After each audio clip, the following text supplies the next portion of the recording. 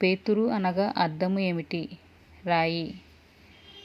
పరలోక రాజ్యపు తాళపు చెవులు ఎవరికి ఇచ్చేదనని యేసు చెప్పెను పేతురునకు.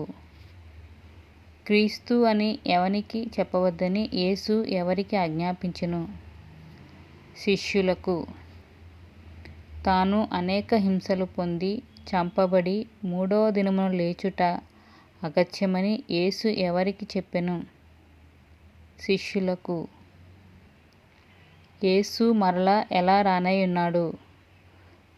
దేవుని మహిమగలవాడే తన దూతలతో రాబోవుచున్నాడు. కొండమీద యేసుని ముఖము ఎలాగు ప్రకాశించెను? సూర్యుని వలె. కొండమీద యేసుతో ఎవరు మాట్లాడుట శిష్యులు చూచిరి? మోషే, ఏలియా. ఎవరికి కొండమీద పర్ణశాలలు కట్టుదమని పేతురు చెప్పెను? యేసునకు, మోషే, ఏలియాకు. ఏ మాటకు శిష్యులు మిక్కిలి భయపడిరి? ఈయన నా ప్రియకుమారుడు, ఈయన యందు నేను ఆనందించుచున్నాను, ఈయన మాట వినుడి అను ఒక శబ్దము విని భయపడిరి. యేసు రూపాంతరం పొందిన దర్శనము ఎప్పటి వరకు ఎవరితోనూ చెప్పవద్దని శిష్యులకు ఆజ్ఞాపించెను?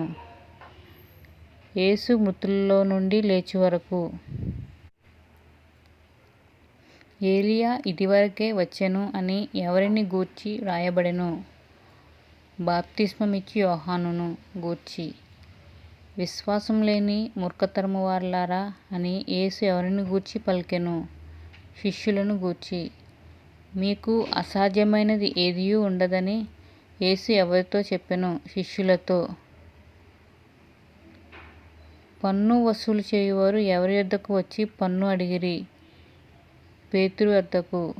ఎంత పన్ను అడిగిరి? 1/2 షెకెలు.